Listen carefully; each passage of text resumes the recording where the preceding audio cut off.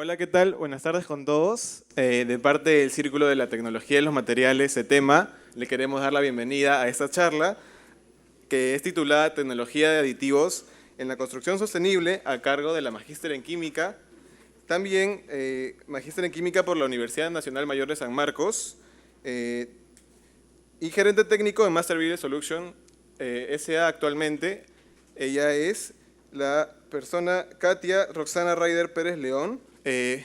La magíster en química Katia Raider Pérez León hoy día le va a dar la charla titulada, como le dije anteriormente, Tecnología de aditivos en la construcción sostenible.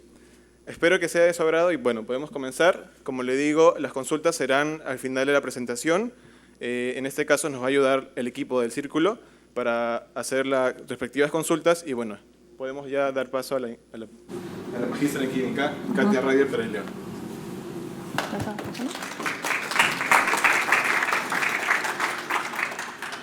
Hola con todos, buenas tardes. Bueno, primero agradecer la invitación aquí al Círculo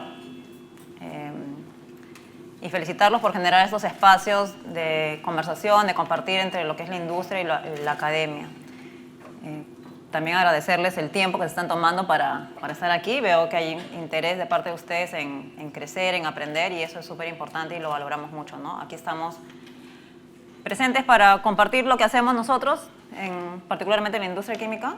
Como decía Joaquín, yo soy química de profesión, no soy ingeniera civil, pero desde mi último año en la universidad entré al tema de químicos para la construcción. Entonces, un poco lo que voy a hacer es comentarles las diferentes líneas que tenemos en cuanto a soluciones para concreto orientadas a lo que es construcción sostenible. Me voy a poner allá abajo para poder ver mejor.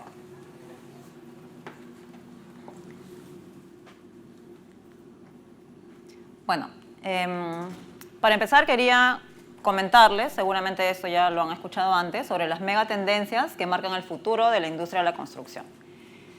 ¿Cuáles son esas megatendencias? Las podemos entender desde el punto de vista económico, ambiental y social. En lo económico, se sabe que el 65% del crecimiento del sector construcción va a estar en el futuro cercano, enfocado en los países en vías de desarrollo. Y eso es fácil entender que a partir de ahí tenemos 1 de cada 2 compañías de ingeniería y construcción que tiene pensado incursionar en otras regiones, en otras latitudes, ¿no? Si es que tenemos un futuro prometedor en crecimiento en las regiones en vías de desarrollo, es muy probable que estas empresas de construcción empiecen a tener actividades comerciales en estas regiones. Respecto a lo ambiental, bueno, es bien sabido que hay un tema de escasez de recursos y la industria de la construcción es la número 1 en lo que respecta al consumo de materias primas. Y a la vez, es el 30% de las emisiones de gases de efecto invernadero son atribuidos a los edificios. Y en lo que respecta a lo social, tenemos una crisis de urbanización y vivienda. 200.000 personas se agregan diariamente o migran hacia las zonas urbanas y es necesario tener viviendas dignas, viviendas sostenibles para estas personas que migran hacia las zonas urbanas. Y también tenemos un tema importante, que es el envejecimiento del talento y la fuerza laboral, ¿no?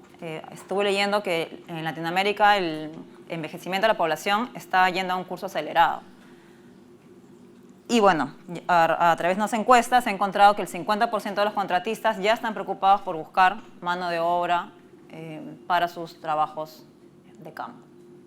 Entonces, teniendo en cuenta de estas megatendencias, empezamos a, aterrizar el tema de las necesidades, ¿no? Respecto al tema ambiental, vemos necesidades de soluciones sostenibles.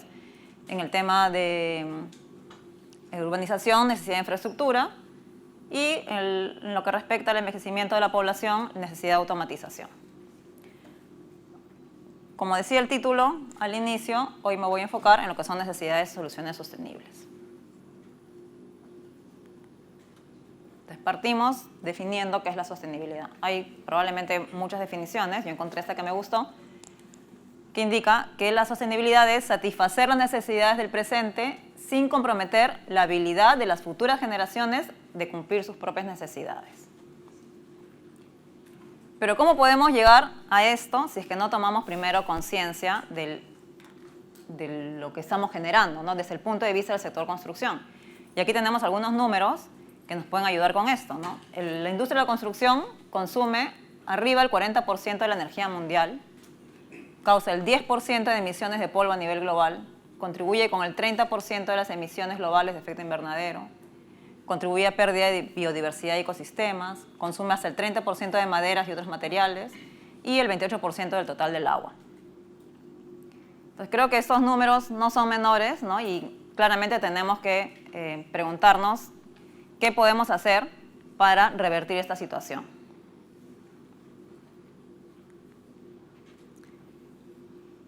Yo he tomado un par de temas asociados a estos retos, enfocados a la innovación sostenible, que va por la escasez de recursos, orientada al agua, la arena y la energía, y construcciones con ciclos de vida más largos. ¿Por qué? Porque en la medida que nosotros tengamos construcciones de mayor duración, ¿no? Con mayor durabilidad, el mantenimiento o las nuevas construcciones van a ser bastante más espaciadas y por lo tanto la explotación de recursos va a ser menor.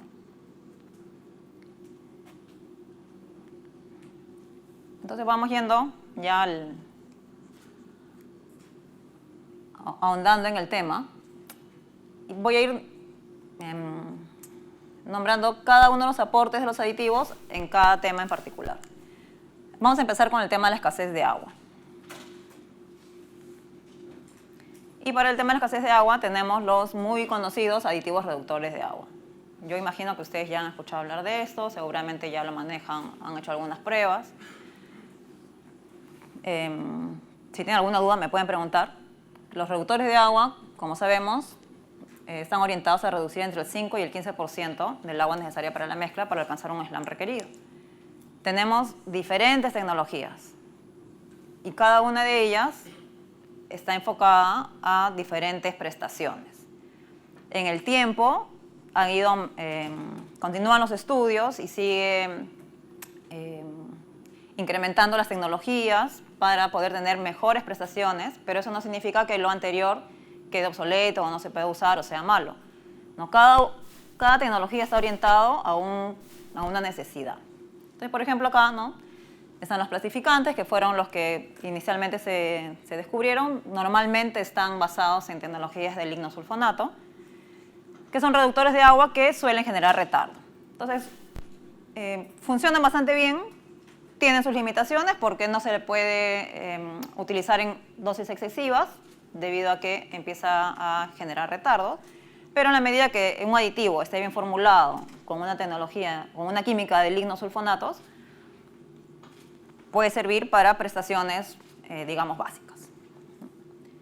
Tenemos los superplastificantes convencionales, que tienen un mejor poder de reducción de agua.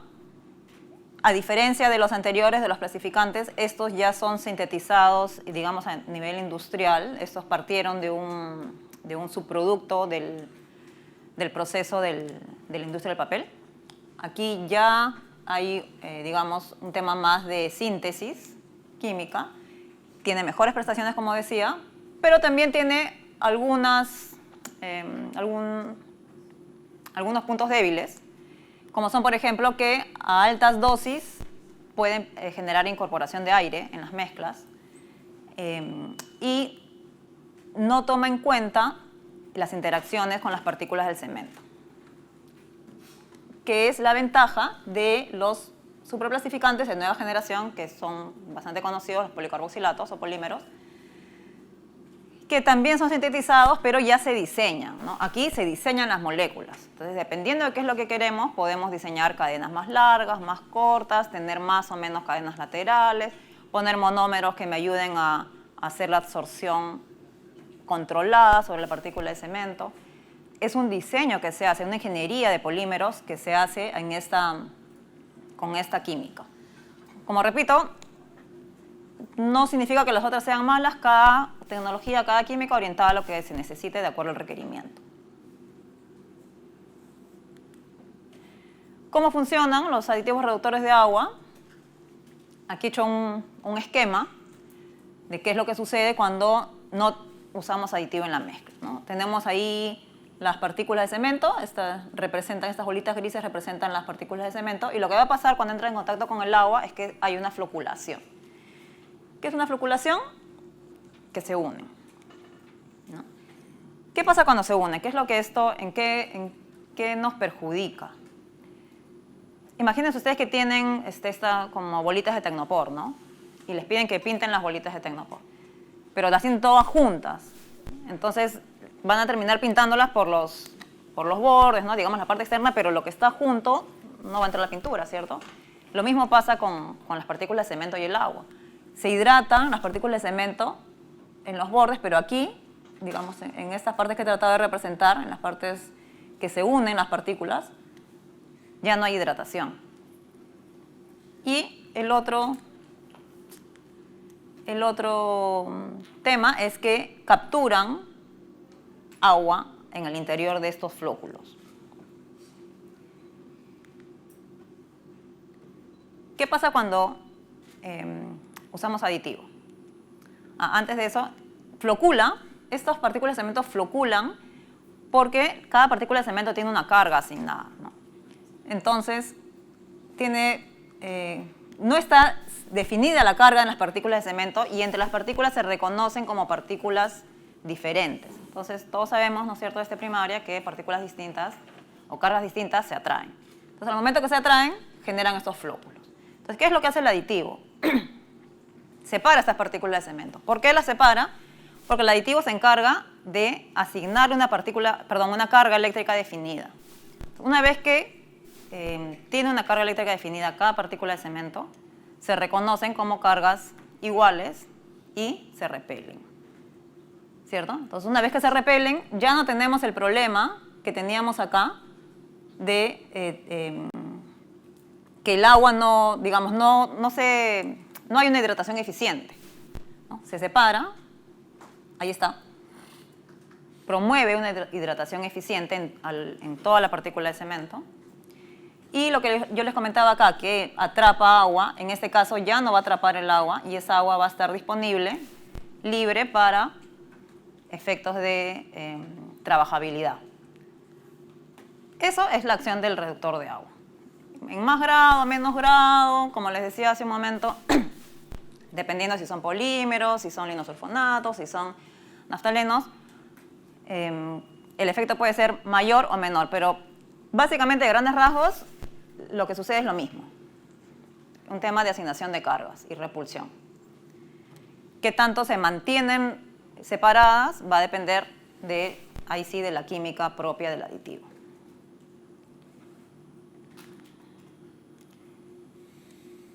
Bueno, claramente en lo anterior tenemos,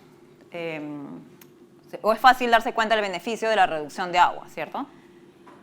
Tenemos acá una tablita donde, bueno, hay ya valores respecto a la reducción de agua, ¿no? Aquí estamos, esta es una norma, la CTMS 494, que rige los aditivos, donde indica, por ejemplo, que los aditivos tipo A y F deben tener una reducción entre el 95 y 88%, ¿no? Aquí es una mezcla referencia sin aditivo y aquí una mezcla con aditivo, ¿no? Y bueno, ahí se dan los valores que pueden verlos.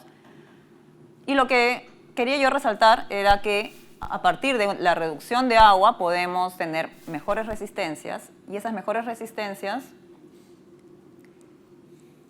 traen como consecuencia que podamos optimizar el contenido de cemento y por lo tanto las emisiones de CO2, que sabemos que el cemento es uno de los principales contaminantes. Y también puede pasar que reemplacemos el cemento por materiales cementicios suplementarios. Aquí ponía un diagrama de un ejemplo de lo que sucede con una relación agua-cemento alta respecto a una relación agua-cemento baja. A una relación alta tenemos las partículas separadas, ¿no?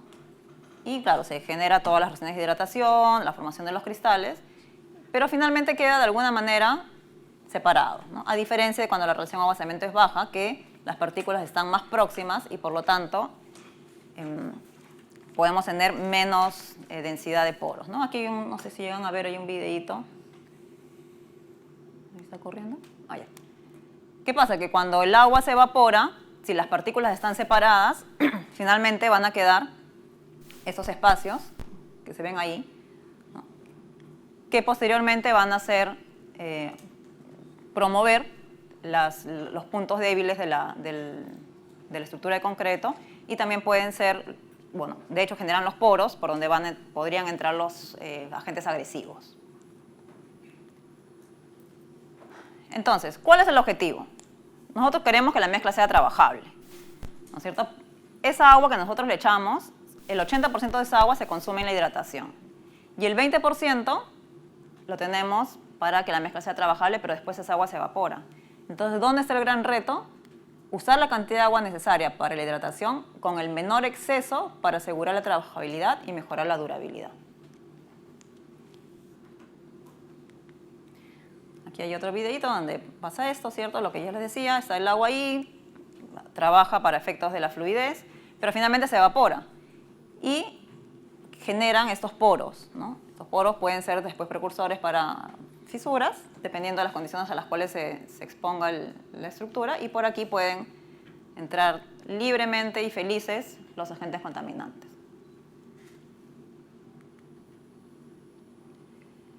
No solamente hay un beneficio de reducción de agua, que es sumamente importante para el planeta, sino que también hay detrás de eso un beneficio social, ¿no? Hoy ya tenemos al concreto declarado como un ecomaterial, y en la medida que se pueda demostrar que efectivamente ha sido diseñado para tener esta designación digamos, sea ecoamigable, tenemos esta declaración ambiental del producto, donde no solamente mide la huella de carbono, ¿no?, que es la más famosa, pero hay muchos otros parámetros que medir.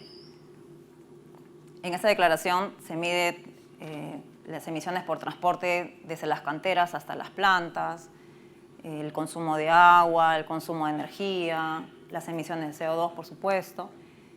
Y bueno, se indican los valores que tiene determinado diseño. Entonces, aquí, por ejemplo, extraje unas medidas de unos diseños que evaluamos. Tenemos una mezcla con aditivo y una mezcla sin aditivo, ¿no? Y marqué específicamente el uso del agua, ¿no? Vemos claramente que hay una reducción en el consumo del agua. Como tal, la empresa constructora puede demostrar que ha hecho uso de un material ecoamigable, ¿no?, o un ecomaterial, y acceder a que esa vivienda se califique como vivienda ecoamigable. Y eso hace que el usuario que quiera adquirirla tenga acceso al beneficio del bono verde. Entonces vamos viendo que esto ya se está moviendo aquí a nivel nacional. Y como repito, el uso de los aditivos ya no solamente queda en un aspecto técnico, sino también ya va al ámbito social, ¿no?, de impacto, de apoyo a la población. Bueno, hasta ahí, a grandes rasgos, lo que son los reductores de agua. Vamos a ver ahora el aporte de la industria de los aditivos para la escasez de arena.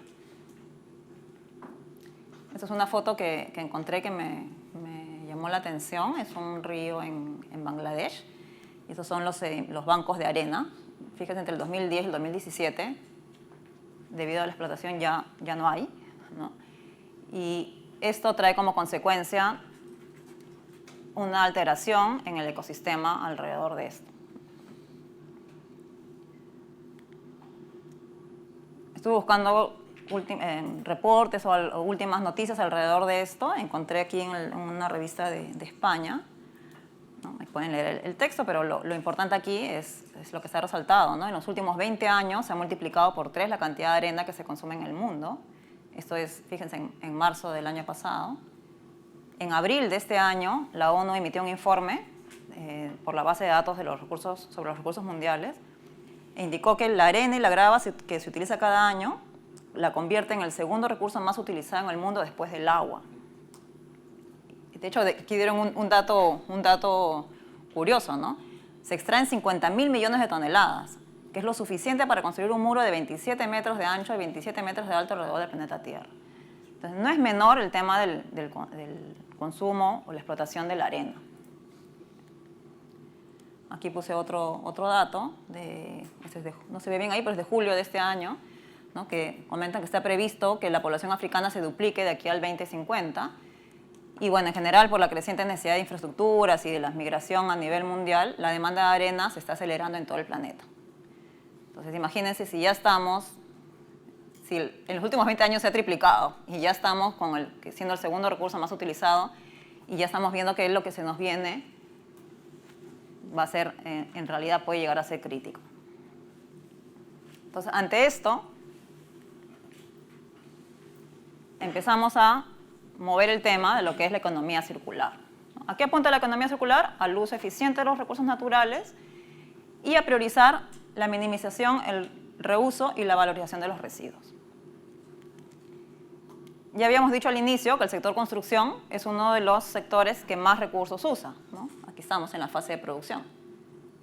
Antes de seguir, esto de economía circular, por si no lo habían visto antes, empieza aquí, en la fase de producción, ¿no? Con el consumo de materias primas y fabricación de materiales, el transporte, luego la fase de planificación y diseño, ejecución de las estructuras, la fase de uso y luego la gestión de residuos. A raíz de todo eso que acabo de comentar de la extracción de recursos, es que está viendo la industria de enfocarse justamente en esta última etapa del círculo. Porque no solamente la industria de la construcción es la industria que más recursos consume, sino que además es uno de los sectores que más residuos genera. Tenemos, por ejemplo, que en Europa la industria de la construcción genera 1/3 de los residuos totales y en Estados Unidos es el 50%, la mitad. Entonces, no es menor la cantidad de residuos que si son bien utilizados y aprovechados podemos volver a utilizar y colocarlos en este círculo. Entonces, ¿qué está haciendo la industria de los aditivos alrededor de eso? ¿Cómo podemos sumarnos a este esfuerzo para gestionar los residuos y reciclarlos? Tenemos dos soluciones, ¿no? ¿Cómo podemos generar recursos minerales alternativos para no tener que explotar las canteras de arena? ¿A partir de qué podemos generar esos minerales alternativos? A partir de concreto reciclado y generarlos también a partir de demolición de estructuras. Entonces, hay, por supuesto, un proceso por el cual se toman los residuos, se reciclan, ¿no? Pero eso trae un reto alrededor, ¿no? Los residuos, la arena proveniente del reciclaje de los productos, de los residuos de demolición, son materiales muy porosos y eso hace que absorba agua y aditivo. Entonces necesitamos tener algo que nos ayude a que sea viable el uso de estos materiales. Y bueno, por otro lado tenemos el tema del concreto devuelto, ¿no? Que hay algunos volúmenes de concreto que se devuelve y hay que ver qué química le ponemos para volverlo agregado. Entonces aquí he traído un ejemplo de lo que se podría hacer con el concreto devuelto. Es un aditivo en polvo que se coloca, esto es una prueba, digamos, aparte del laboratorio, entre comillas, ¿no? Después vamos a ver cómo queda en el mixer. Se coloca este polvo, se mezcla y van a ir viendo cómo se seca. Vamos a esperar un ratito. Ya se va poniendo más seco. Y bueno, queda así, ¿no? Esto es solamente como una demostración. Aquí al costado vamos a ver ya en la práctica cómo se hizo con un mixer un saldo de concreto que llegó, se le adicionó ese aditivo y va cayendo ahí el material ya granulado. Hay un tratamiento para hacer esto, ¿no? Hay que colocarlo, extenderlo, darle una vuelta al fin del día. Hay un tema operativo que hay que hacer alrededor de esa tecnología, pero lo importante aquí es que tenemos una solución que es, digamos, desde el punto de vista del concretero, ¿cierto? Puede tratar su residuo, ya no eliminarlo, ni llevarlo a lugares donde disponer, sino que puede reutilizarlo en su propia mezcla. Entonces aquí tenemos el concreto, el típico concreto devuelto, si lo colocamos así, ¿no? Se seca, bueno, eso es lo que pasa con el concreto que no está tratado con este aditivo. Y aquí, con este aditivo, miren cómo es fácil de soltar, ¿no?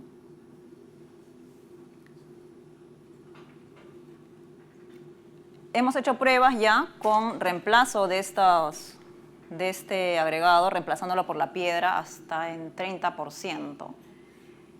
Y no hay perjuicio de las resistencias.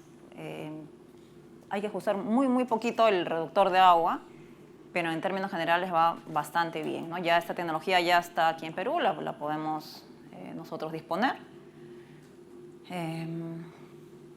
Por supuesto, ante todas estas tecnologías, todo se tiene que probar con los materiales locales, ¿no? Dependiendo de las fuentes, de las canteras, del diseño de mezcla, los requerimientos, hay que ir haciendo pruebas, ¿no? En general, con todos los aditivos.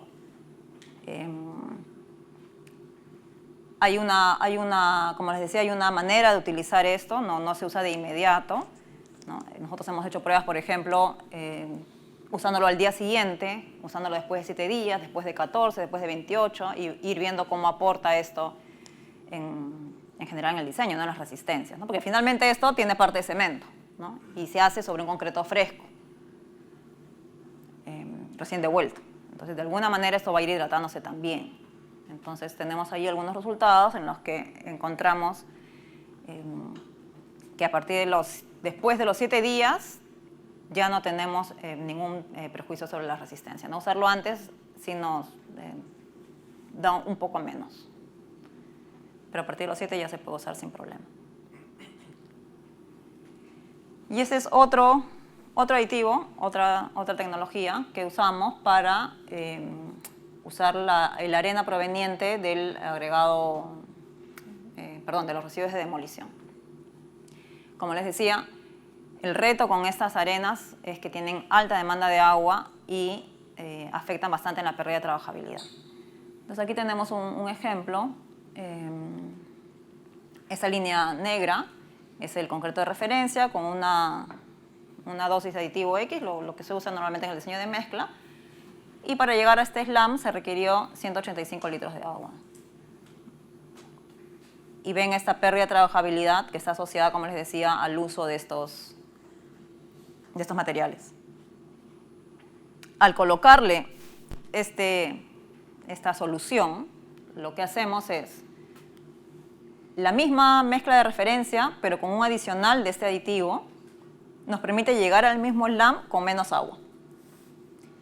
Esta es la línea celeste. Partimos del mismo slam con menos agua y miren cómo mejora la pérdida de trabajabilidad. O también, es otra opción, bajamos un poquito la dosis del aditivo porque todo esto, por supuesto, tiene que ser económicamente viable, ¿cierto? Podríamos bajar un poquito el aditivo, subir un poco el agua, pero siempre menos que la referencia, logramos mejor asentamiento inicial y una buena mantención. Aquí hay otro ejemplo. Esos son ejemplos de lo que se ha hecho en Suiza. También lo mismo, ¿no? Se utilizó mayor porcentaje de agregado reciclado, la pérdida fue bastante más fuerte. Aquí simplemente se utilizó exactamente el mismo diseño con con una adición del aditivo, aditivo de solución, y logramos mejorar el slam inicial y no tener pérdidas excesivas de asentamiento. Esa tecnología también la tenemos aquí. Se diseña según la naturaleza del material reciclado, ¿no? Porque va a depender del origen de lo que se está demoliendo para ver qué calidad de agregado sale, y según eso diseñamos el aditivo para poder tener una respuesta, digamos, real y acorde con el material que estamos evaluando.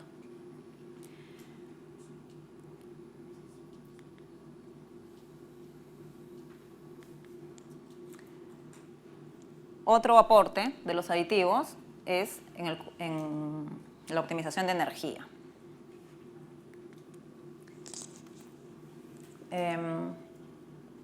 Normalmente, esa energía la enfocada en la industria del concreto prefabricado, ¿no? Donde, digamos, hay un interés en generar la mayor cantidad de elementos prefabricados en el menor tiempo. Eso pasa por usar curado a vapor, ¿no? En la medida que digamos, puede hacerse con curado normal, pero si se utiliza curado a vapor se obtienen las resistencias más rápido y por lo tanto podrían hacerse ciclos, más ciclos en el mismo periodo de tiempo. Pero ese curado a vapor consume energía. Entonces, esa tecnología, que es una tecnología, una nanotecnología, son nanopartículas, lo que hace es, ahorita voy a mostrarles un video donde se muestra más a detalle, pero lo que hace es sembrar cristales del gel en la interfase de las partículas. De manera que mientras en una mezcla sin ese aditivo, se toma su tiempo, porque hay un tiempo de generación de los núcleos del cristal, ¿no? La reacción toma un tiempo, una reacción normal, y se genera en la superficie del grano de cemento, ¿no? Y crecen estos cristales.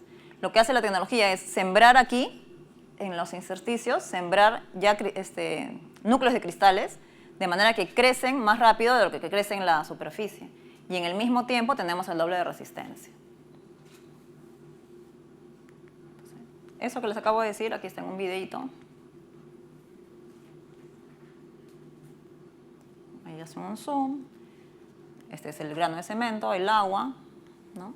Lo que pasa normalmente es que se forman los cristales hidratados de silicato de calcio, ¿no? Y van creciendo en la superficie del grano. Eso es lo normal.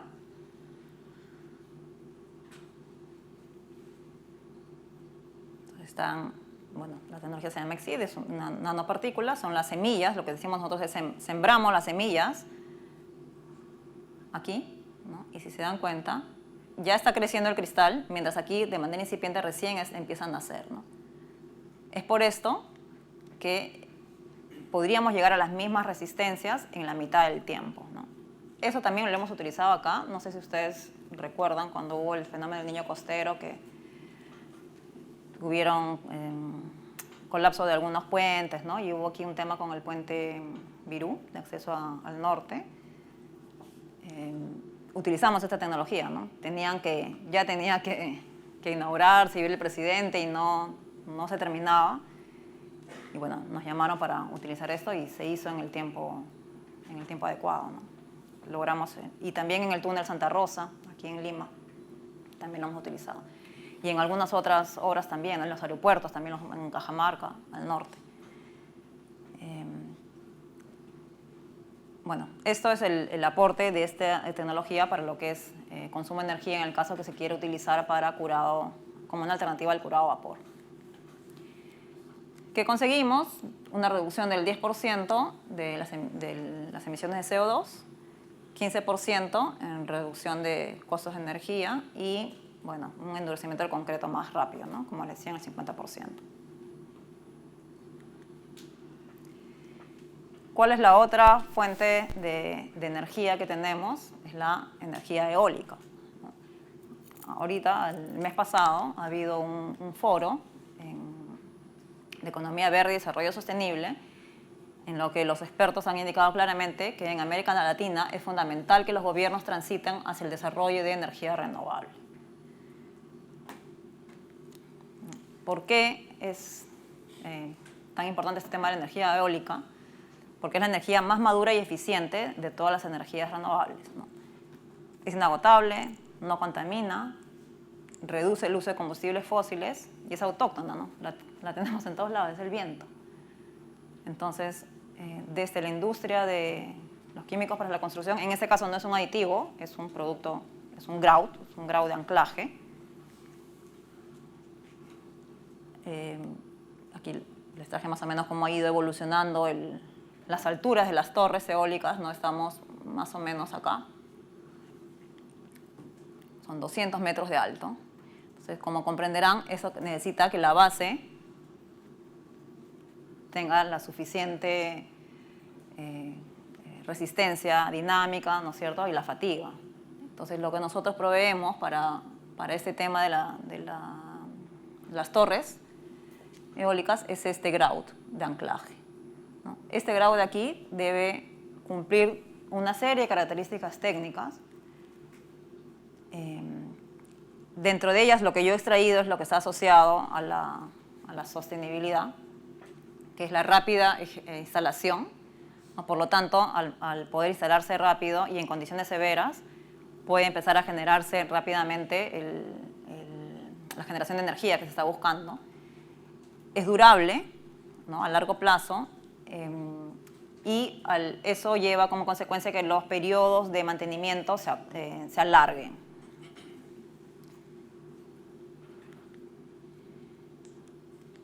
Bueno, los indicadores, tenemos 20 metros cúbicos por hora, que permiten la aplicación más rápida posible. Hay un 50% de reducción en el tiempo de grauteo, un 15% de reducción de costos de instalación y 25 años libre de operaciones de mantenimiento. Esos plazos son sumamente importantes dentro de lo que es el ámbito de la energía eólica. Aquí en Perú, ya en el año 2021, inauguramos la primera central de parque eólico en la Sierra del Perú, en Duna y Huambos, en Cajamarca. Y ahora mismo se está haciendo la extensión del parque el Guaira, ¿no? Ya se había hecho Guaira 1 en el 2018 y ahorita se está trabajando en la extensión, ¿no? Y bueno, estos grouts ya se están aplicando en estos parques. Hasta ahí lo que ha sido el aporte de los químicos para la construcción en lo que es agua, arena y energía. Y ahora vamos a enfocarnos en el otro aspecto que les mencioné al inicio, que es la durabilidad de las estructuras. Entonces, desde nuestra industria, ¿cómo aportamos para incrementar el tiempo de vida útil de las estructuras? ¿Qué elementos pueden afectar la vida útil? ¿No? Tenemos una estructura nueva, ¿no? Algunas fisuras discontinuas o microfisuras, pero esencialmente hermético. Esta estructura está sometida a algunos ciclos térmicos, cargas mecánicas, y se empiezan a generar, se empiezan a hacer, esto que era discontinuo, se empieza a interconectar, ¿no? Y de alguna manera empezamos a perder hermeticidad. Esa pérdida de hermeticidad está asociada, ¿se acuerdan que les decía? Los canales, los que se generan por los poros. Por ahí entran los contaminantes, ¿no? Puede entrar el agua, el oxígeno, el CO2, cualquier agente agresivo, sulfatos, cloruros, dependiendo de dónde esté la estructura. En general, agentes químicos y biológicos que atacan al concreto. ¿Qué trae como consecuencia esto? La corrosión del acero, el ataque químico, la reducción de resistencia y la firmeza. Finalmente, se fisura, se delamina, pierde la masa y vuelve el ciclo. Eso es lo que sucede. ¿Qué tecnologías tenemos para mejorar este tema de la durabilidad? Tenemos inhibidores de corrosión orgánicos, anódicos, tenemos también materiales cementicios suplementarios, inhibidores de expansión deleteria por reacción alcali-sílice, prevención de la corrosión generada por microorganismos, reductores de contracción y reducción de grietas y las fibras. Y aquí tenemos las propiedades de durabilidad, ¿no? Que son reducir la permeabilidad, resistencia a la corrosión, resistencia a los sulfatos, a la reacción alcali-sílice, a la corrosión por microbios y la reducción de fisuras. Hoy les he traído un poco de lo que son estas tres: reductor de permeabilidad, de corrosión y de reacción alcali-sílice. Estoy yendo un poco rápido, creo, pero como sé que después tienen clases, para no alargarme. Bueno, ahí quiero que estén atentos. Este video va en paralelo, ¿no? Aquí es lo que realmente está sucediendo y aquí es lo que vemos, ¿no? Van a empezar a ver, ¿no?, cómo se va a ir dibujando esta curva respecto a lo que está pasando en realidad en el acero. Aquí no vemos nada, estamos todos felices, ¿no? Aquí ya empezó, pero no se ve nada. Sigue todo bien en silencio, ¿no? Cuando esto empieza a notarse, ya es demasiado tarde. Y colapsa.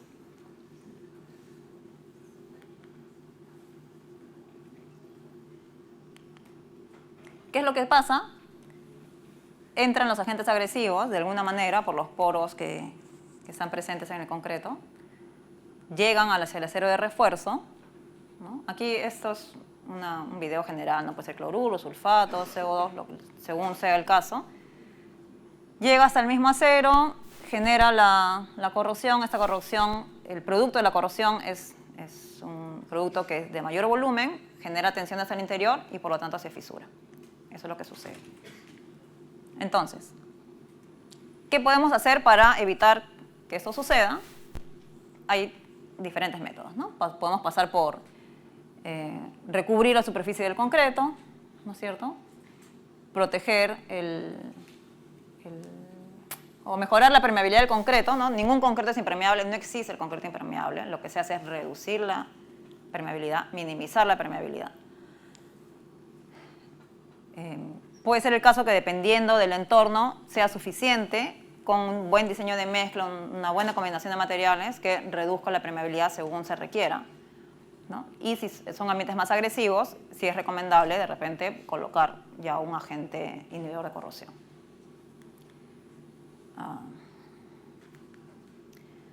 Aquí hay un ejemplo de una muestra sin tratamiento de inhibidor y tratándolo con inhibidor de corrosión.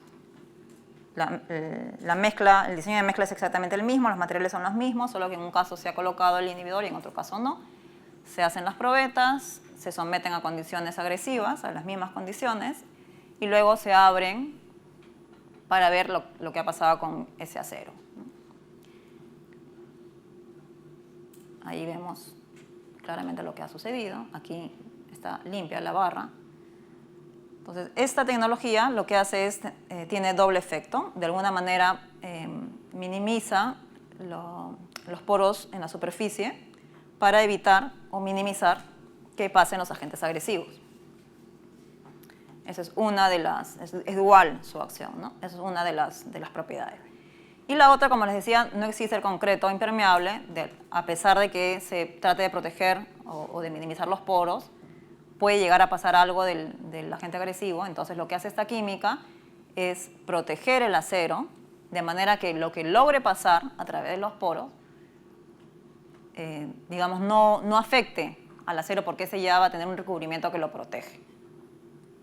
Así es como funcionan esta tecnología de inhibidores de corrosión. Otra posibilidad, como les decía, es reducir la permeabilidad. Se puede reducir con el mismo diseño de mezcla o se pueden ayudar, si es que se considera necesario, de acuerdo al ambiente o la agresividad del ambiente, se podría ayudar con un reductor de permeabilidad. Otro video que explica, ¿no? En lo que es el reductor de permeabilidad, este en particular es un reductor por cristalización, ¿no? Que al paso de la humedad reacciona con algunos elementos que están presentes en la mezcla y genera cristales. Entonces, estos cristales sellan estos poros. Ahí ven. De nuevo, insisto, se minimiza, se reduce, no se elimina, no llega a cero. ¿En qué nos aporta el reductor de permeabilidad? En conservar estructuras secas de su interior, mejora la durabilidad, genera ahorros en el presupuesto, ¿no? Y, bueno, tranquilidad de los usuarios. ¿Qué otra tecnología tenemos? Es para la reacción álcali-sílice. Esta reacción se da entre los álcalis que están solubles en el cemento y la sílice presente en los agregados.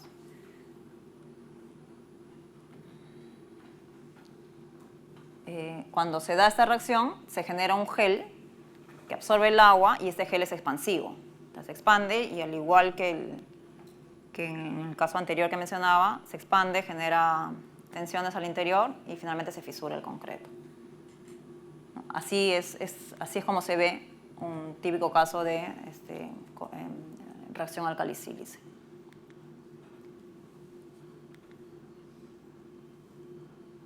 Bueno, el tema es parecido, ¿no? Se da esta reacción entre los álcalis y el cemento, la sílice, se genera este gel y, bueno, el gel de silicato de sodio y se dan las fisuras por expansión. Les decía, tiene que haber 3 condiciones para que se dé esta reacción. Los agregados reactivos, un cemento con álcalis solubles y humedad. Entonces, ¿cómo podemos mitigar esta reacción? O buscamos canteras que no tengan agregados reactivos, o utilizamos cementos con bajo contenido de álcalis, o usamos materiales suplementarios.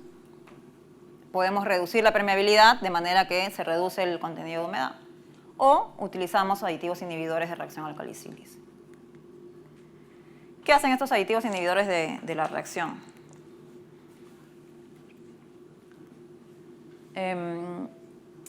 Lo que hacen es añadir a la mezcla otro álcali, distinto al álcali que tiene el cemento, de manera que entre en competencia con la sílice y forma un gel, también forma un gel, pero este gel no es expansivo, es bastante estable. Entonces ya no se da esta reacción negativa, ¿no? Es igual un álcali de litio, el litio es un álcali. Y como digo, lo que forma es un gel que no es expansivo. Entonces tenemos acá la expansión a 14 días, ¿no? El criterio de falla es que esté aquí, ¿no? En 0.1. Tenemos aquí un agregado altamente reactivo, que es el azul, y un agregado de poca reactividad, que es el anaranjado. Entonces, en una situación donde no tenemos el aditivo, solamente está presente, en este caso, el sodio, presente proveniente del cemento.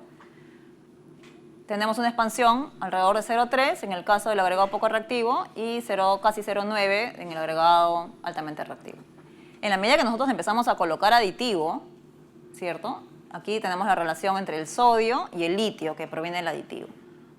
Empezamos a colocar el litio que entra en competencia con el sodio y fíjense cómo baja la expansión, ¿no?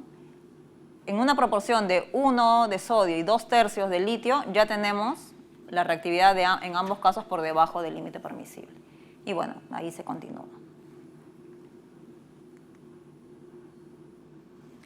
Y bueno, esto como término, ustedes saben que ya están declarados los Objetivos de Desarrollo Sostenible, son 17 Objetivos de Desarrollo Sostenible en los que todos deberíamos, por conciencia, como decía al inicio, tomar conciencia de lo que está sucediendo con el tema ambiental y ver en cuáles de estos objetivos podemos aportar, ¿no? La industria de los químicos para la construcción aporta en 7 de los 17 Objetivos de Desarrollo Sostenible, ¿no? En lo que es salud y bienestar, en cuanto a lo que son las viviendas disponibles para las personas, trabajo decente y crecimiento económico, industria, innovación e infraestructura, ciudades y comunidades sostenibles, producción y consumo responsable, acción por el clima y vida de ecosistemas terrestres. Y eso es todo lo que tenía. Yo los invito a que tomen conciencia, primero de lo que está pasando con el planeta y segundo que desde lo que nos toca a cada uno de nosotros como profesionales podamos buscar soluciones, buscar tecnologías, estudiar y ver cómo podemos con esto hacerlo efectivo aquí, en el Perú, donde nos toca estar o donde nos toca estar a futuro, de manera que aportemos a reducir el impacto en el tema ambiental. Eso es, no sé si tienen alguna consulta. Me faltaron 5 minutos. Bueno, muchas gracias Katia, muchas gracias profesores, muchas gracias estudiantes. La verdad que es importante conocer este tema de los aditivos y sobre todo cómo estos pueden fomentar la sostenibilidad en la industria de la construcción. Sé que muchos de ustedes han trabajado con ese tipo de materiales, tal vez en sus cursos de tecnología de los materiales, o tal vez en física, o tal vez en resistencia de materiales. Y bueno, a continuación, ya una vez culminada la charla de Katia, vamos a proceder a realizar la ronda de preguntas. Me gustaría que puedan formular ustedes sus preguntas y en este caso se les va a pasar los micrófonos. Sí, buenas.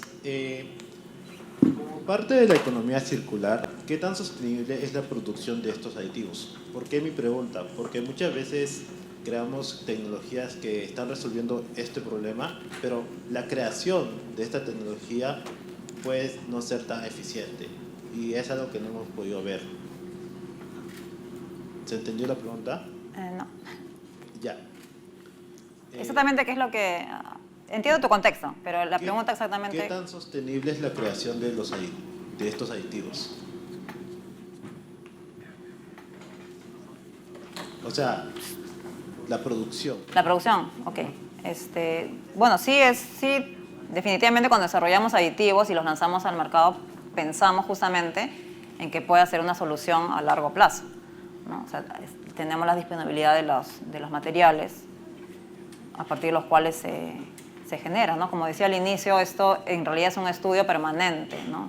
Es un tema de diseño de moléculas, ¿no? Entonces, una vez que se encuentra la solución a partir de determinadas materias primas, ¿cierto? Y encontramos la solución, podemos en el tiempo ir modificando las materias primas que están asociadas para tener los mismos resultados o mejores resultados. Pero definitivamente sí es sostenible las soluciones.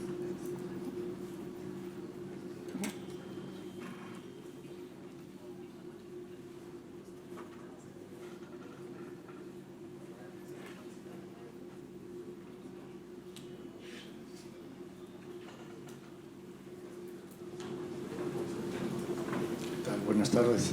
¿Qué tal? Gracias por su charla, muy interesante. Pero hay una parte que me interesó mucho cuando mencionó de concreto verde o ecoconcreto.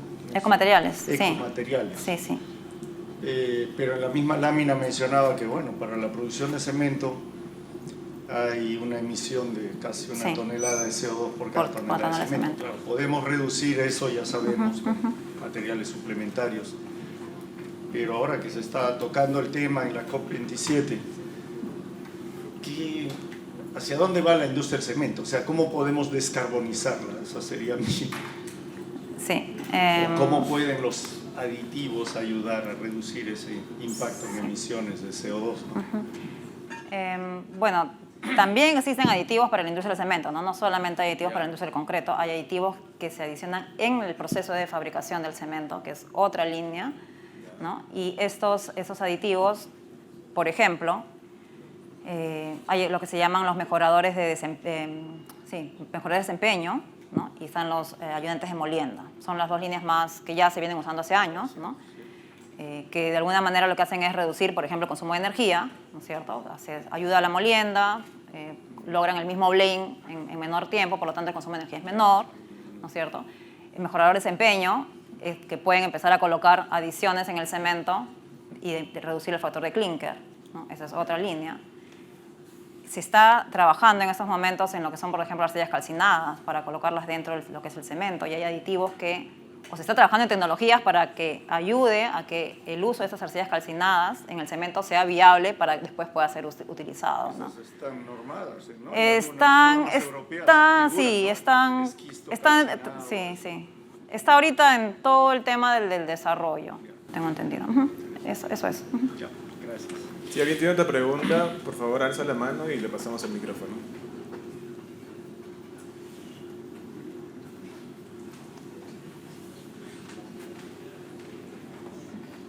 Dale. ¿Aló? ¿Se escucha? ¿Sí? Buen día, disculpe. No sé, poco revisé su página de aditivos y, por ejemplo, tiene una gama de aditivos llamada Superglenium, en el cual indica que es un hiperclastificante. Me gustaría saber la diferencia entre hiperclastificante y superclastificante. ¿Qué tanto es la diferencia? Y su aporte en el concreto, ¿no? Sí. La diferencia entre un hiperclasificante y superclasificante de alto rango, ¿no? Es que estos están... la base química de estos son polímeros, normalmente policarboxilatos, pero también pueden ser algunos otros, donde podemos determinar o definir el tamaño de la cadena que vamos a utilizar. En el caso de los superclasificantes normales son base de naftalén-sulfonatos. Y el mecanismo de acción de los naftalén-sulfonatos son muy similares al que yo mostré, ¿no? Es definición de carga eléctrica y repulsión electrostática. Así funciona. En el caso de los polímeros, además de tener un tema de repulsión electrostática, se tiene un efecto de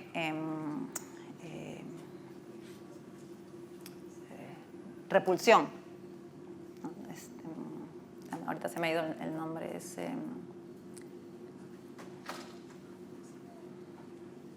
impedimento estérico.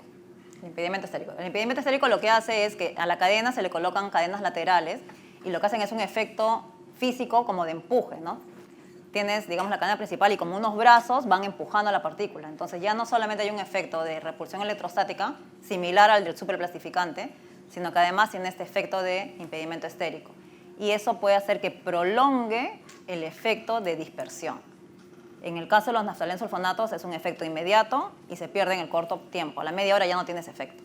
En el caso de los hiperplastificantes, basados en polímeros, dependiendo de cómo se haya diseñado esa molécula, puede ser una cadena más larga, por ejemplo, que tenga mayor poder de repulsión electrostática, o pueden haber diseñado que tenga muchas cadenas laterales de manera que el impedimento estérico sea mayor. Puede ser también que la molécula permanezca en la matriz y se absorba lentamente sobre las partículas de cemento de manera que tenga un efecto prolongado en el tiempo, ¿cierto? Se absorben algunas, hacen su efecto, quedan cubiertas por los cristales. Luego las que estaban en el medio vuelven a absorberse en las otras partículas, vuelven a generar el efecto, vuelven a separar y así. Es por eso que es la gran diferencia entre lo que son hiperplastificantes basados en polímeros respecto a los superplastificantes de la tecnología de naftalenos. Perfecto. Bueno, ya para culminar, quiero agradecerle a Katia por estar aquí presente y por la charla. También a los profesores por también estar aquí presentes y también a los estudiantes. Como dije anteriormente, nosotros somos el Círculo de la Tecnología y los Materiales ETEMA y los invitamos a participar con nosotros y a inscribirse para el círculo en el año 2023. Nosotros nos pueden encontrar en las redes sociales como Civilu Lima y también nos pueden encontrar en el Laboratorio de Estructuras con el profesor Darwin. Ahí vamos a estar durante este año y también el próximo año, así que los esperamos si quieren inscribirse. Bueno, eso ha sido todo. Muchísimas gracias. Gracias.